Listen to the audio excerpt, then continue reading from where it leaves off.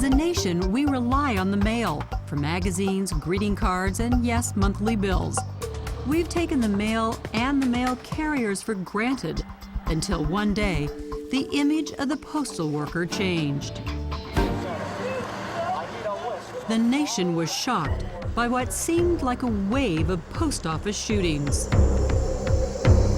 Between 1986 and 1999, 40 postal employees were murdered by coworkers. The rash of post office shootings made the term going postal part of our vernacular. And we take that very seriously. In fact, we think the terminology going postal is very unfounded. It's no more prevalent in the Postal Service than it is in the rest of society. In fact, a 2-year study found that retail workers are 8 times more likely than postal workers to be victims of homicide on the job. But Deputy Postmaster John Nolan says the stigma of the postal killings is something the public can't seem to forget. It does stick, and you just have to dust yourself off and go on and do the job the way you know how to do it. But no study foresaw the terrorist attacks of 9/11 and the impact they would have on the Postal Service. While any day can turn into a logistics nightmare, this was a day unlike any other. The situation was monitored behind the closed doors of the USPS Command Center in Washington, D.C. This is a nerve center for the Postal Service. When all air traffic was halted, tons of mail was stranded. We had planes landing in places we've never seen planes before because everything got grounded. Well, how do you move the mail to destination? We had to get trucks, we had to get taxis, we had to do all sorts of things to move it to a point where we could then get it on major transportation. Just as the Postal Service was recovering from the nightmare of 9/11, it was dealt another blow: anthrax. September 18, 2001. Anthrax-tainted letters postmarked in Trenton, New Jersey, were sent to the New York Post and NBC anchor Tom Brokaw.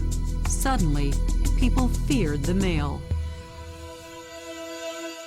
October 9th, 2 more letters were sent to Senate leaders on Capitol Hill. Some Senate offices were closed, but while people in biohazard suits were checking out office buildings, postal workers were still sorting mail. Postmaster General Jack Potter spoke at the Brentwood station where government mail was processed. He tried to calm a nation's jittery nerves. The mail is important to America, and we want it to remain a welcome, everyday event in every home and in businesses throughout America. 4 days later, 2 postal employees, 47-year-old Joseph Kersine and Thomas Morris, 55, died of anthrax infections. They both worked in the Brentwood facility. That was a very tough thing for all of us because we can have our differences day-to-day, labor and management, but we all bleed blue. Postal Service is important to us and what we do is important, and losing those people was very tough. The Brentwood facility has tested positive. The Brentwood station was declared a crime scene, closed, and sealed off indefinitely. New safety standards for handling mail were established. Mail going to federal offices began to be irradiated to destroy anthrax spores. Some postal workers took the dangers and the precautions in stride. I worried at first with anthrax, but I don't fear it because if it's gonna happen, it's gonna happen. I'm not gonna have that stop me from doing my job. A $2.5 million reward was offered for information leading to the arrest of those who sent anthrax through the mail. It really hit home. It was devastating. It's an act of terrorism. We're treating it as such, and that's why we're so committed to find out who's done this. On the front lines are the mail carriers. For Tim Durham, anthrax and the terror attacks are always in the back of his mind. Any second thoughts about your job when this whole scare came up? No. I remember September 11th when I was at my case working and we found out what was going on.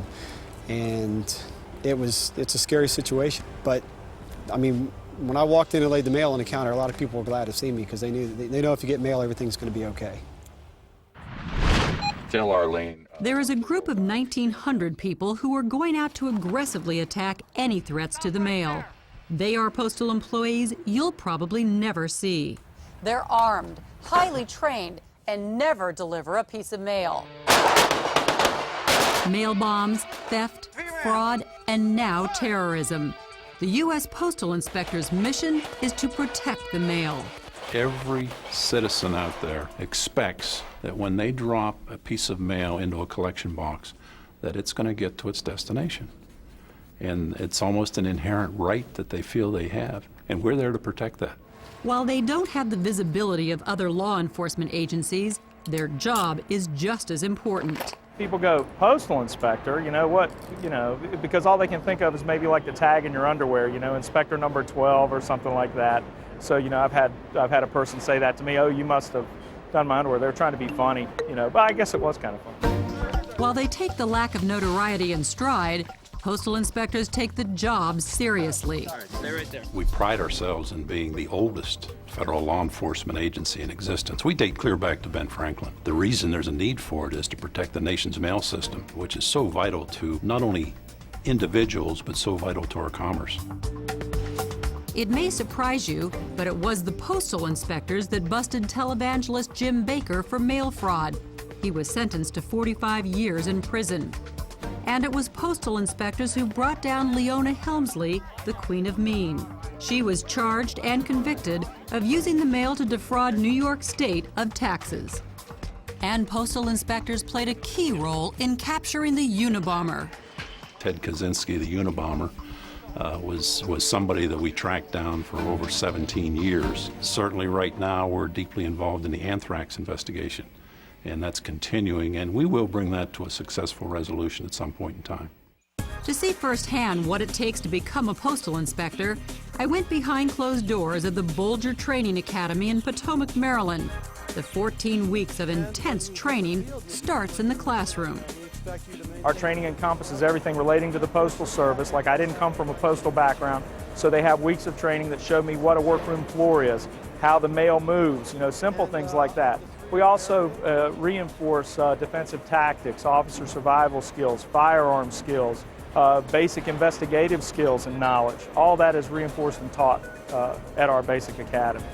Some 200 federal laws protect our mail system, and postal inspectors are trained to deal with them all. What's the hardest part of the training? I think the hardest part of the training was learning so many of the different aspects of the job, that we could be called out on a robbery or be called out on the investigation of a detonation of a bomb or drug parcels or any type of a mail fraud case that could be very complex. Inspectors must be ready to defend themselves. This is a defensive techniques drill. It teaches them how to use less than lethal force to control suspects who resist.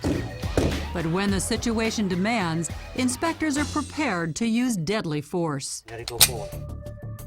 Okay. Butch Jennifer, the firearms instructor at the academy, showed me how to handle their standard issue firearm, a 9mm Beretta. Good job, good job. It's just an amazing amount of power, but more than the power of the gun is the idea of having to make the decision. Make a decision, and that's an awesome decision to have to make. I was firing under totally controlled conditions, but inspectors must be prepared to respond in worst-case scenarios. Butch showed me one drill that teaches students to respond automatically if their weapon malfunctions. Okay, pull that slide back. Okay, now fire again. Fire again, and again. And that's what we teach officers. Though the gun fails on you, there's no time to stand there and look at it and wonder what's wrong. In 1992, the postal inspectors added more firepower to their arsenal, the MP5 machine gun. Okay, anytime you're ready, you'll see how smooth it is. Go ahead and fire. Firing one round at a time, the MP5 is an accurate and devastating weapon. Wow. Flip the switch, and it can unleash 30 rounds in a second and a half.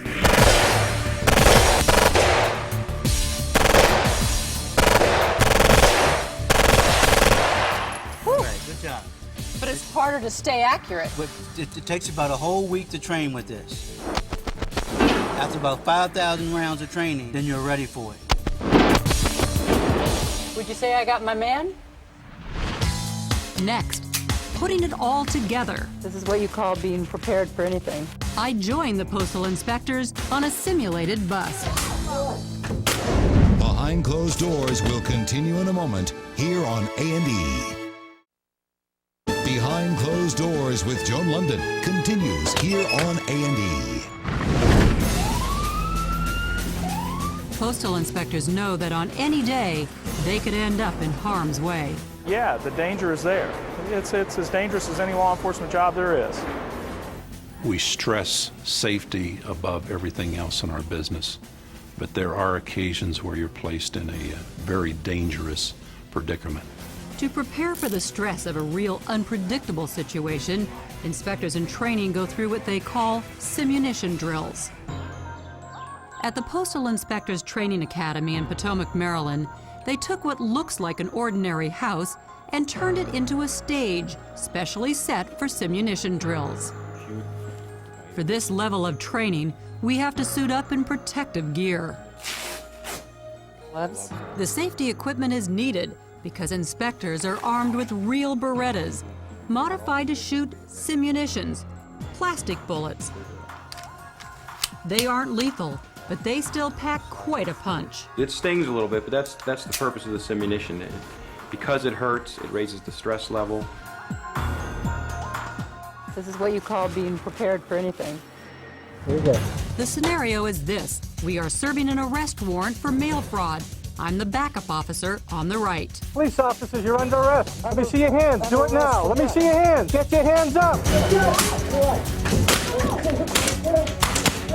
It all happened very fast. I thought my gun was jammed. In reality, the clip was empty. Fortunately, the assailant was down. What we were looking for was your ability to draw the weapon, like you were taught on the range, and to point and shoot. Now, you hit the suspect in the leg. That was outstanding. We ran the exercise again. All the while I thought about what it must be like facing real suspects. Police, you're under arrest. Let me see your hands.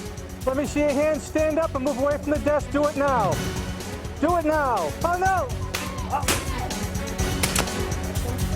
Ow! Suddenly, I was hit. Instantly, my finger was throbbing. Okay, so you caught one in the hand, and that's I caught one in the hand. Why don't you take the glove off and see if it did any damage?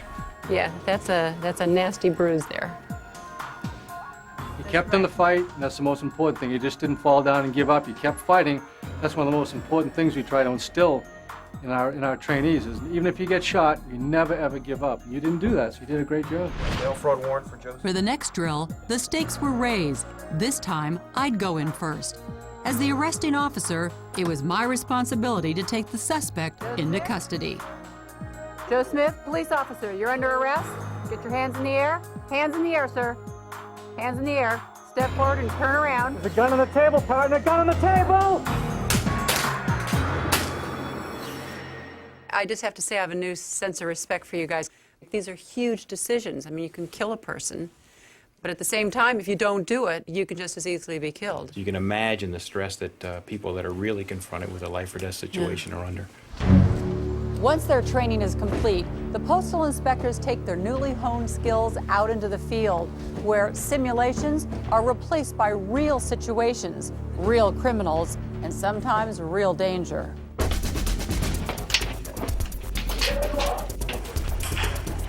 Postal inspectors see it all: credit card theft, child pornography, telemarketing scams. You're being charged with wire fraud and mail fraud in conjunction with a boiler room operation.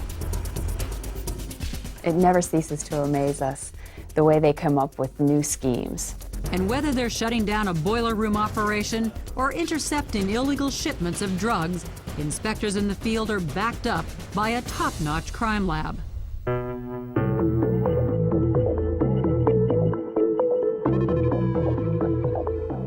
This is the National Forensic Laboratory in Dulles, Virginia. Behind these closed doors, analysts process the evidence that makes the postal inspectors' cases stick. Throughout the 30 years I've been a postal inspector, we've had a conviction rate over 95%.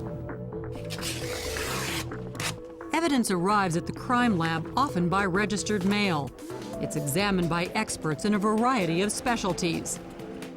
In the chemistry section, they never know what they'll get, from sheets of LSD And one of these tiny little squares is a dose to cocaine by the kilo. So someone popped it in a regular overnight priority box and thought they could just ship it right through and not get caught. They didn't meet their objective in this case. They use high-tech methods to identify evidence as small as individual doses of what turned out to be a barbiturate, Those tablets have phenobarbital in them. to large shipments holding bricks of marijuana that someone thought they could slip through the mail. Big, huge amounts like this people send through the mail? Yes, they do. And while the drugs are important evidence, the package itself can yield vital clues. And it starts out like this. This is the other one that I haven't actually The wrapping started materials go to the fingerprint lab. Here, sophisticated techniques can lift prints even from the underside of tape. It looks like right here you got a... There's a whole palm right here, and it appears that possibly it went underneath of the tape because it comes up so close under the edge of the tape. And this Which one means is... maybe it was the person who was sending it as opposed to the postal worker that put the tape on. The Postal Inspection Service often works alongside the FBI and other agencies to investigate cases that use the mail. Analysis of documents can make or break a case. One key thing that we'll look at is whether or not this is someone's natural handwriting. Is it disguised handwriting, or is it block printing? Someone actually drew the letters on there. Using an infrared camera, they can detect whether documents or checks have been tampered with. This check appears to have been made out for $600. It was altered. The original amount read $6, and it has now been altered to read $600. Among the most devastating crimes that use the Postal Service are mail bombs. To hunt down a mail bomber takes special training. For postal inspectors, it begins at a Virginia Beach military installation. Here, technicians set off a demonstration mail bomb. And students are sent in to collect the evidence. The work that is done by our crime laboratories at the crime scene is essential in reconstructing that bomb. And you wouldn't think you could do that, but they are so meticulous in gathering the evidence and then putting it back together again. That was just practice. An actual mail bomb can be devastating and deadly. These are pieces of a real bomb taken from the body of its young victim. The bomb was a vicious act of revenge over a broken marriage. It was mailed hidden in a toy dog. What they did was they gutted the dog, and they took a small pipe bomb and inserted it into what used to be the electronic guts of the dog, so that when the individual put the battery in, it completed the circuit, causing the pipe bomb to blow. The fragments collected at the crime scene were sent to Stephanie Smith at the Inspection Service Forensic Lab. She spent painstaking hours separating the pieces of the toy from the pieces of the bomb. This I recognize because I took the dog all apart as part of the little voice box in the dog. So that was already there? That was already there. But these other parts were not already here. This yellow wire and red wire was introduced to the device.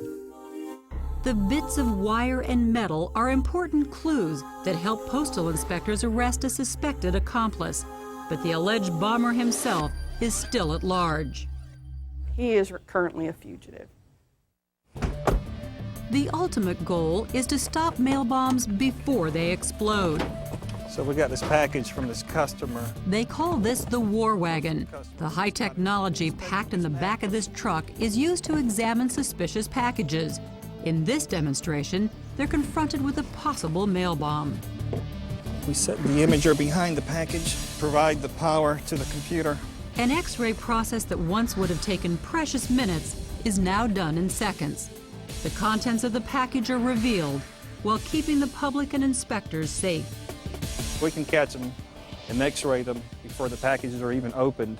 Then we have a good chance of really knowing what's in there and backtracking and doing our investigation and identifying who sent the package. Another kind of truck keeps inspectors safe. We can't show you what the outside looks like because this is an undercover van. It's outfitted with a complete package of surveillance equipment. When cases go to court, evidence gathered with this van is the postal inspector's secret weapon. So what you do in here can really help get convictions. If a picture is worth 1,000 words, a video is worth about 1,000,000. It leaves very little to the imagination. Surveillance vans are sometimes used to back up postal inspectors working undercover. A hidden camera recorded this dangerous encounter in Chicago. There he is. He's sitting at the bus stop. Hey, Craggy. An inspector met a heroin addict who sold checks stolen from mailboxes. The inspector had run the sting hundreds of times, but this operation turned into a dangerous armed standoff. You know what? You give me all your money, I'll blow your head off right now. Give me the money. You want the money? Yeah, bitch. All right. That was monitored in a van with a backup team of inspectors. Man, give me that. All right, you got the take me out of here.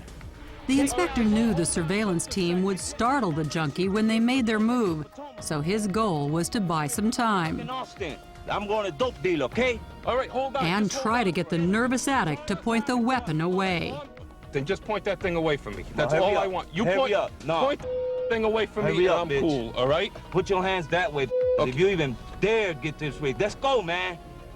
Just try me off at a dope dealer. Okay, I'm taking you. Just stay cool, all right? Put your hands Remember, away from me. this is real.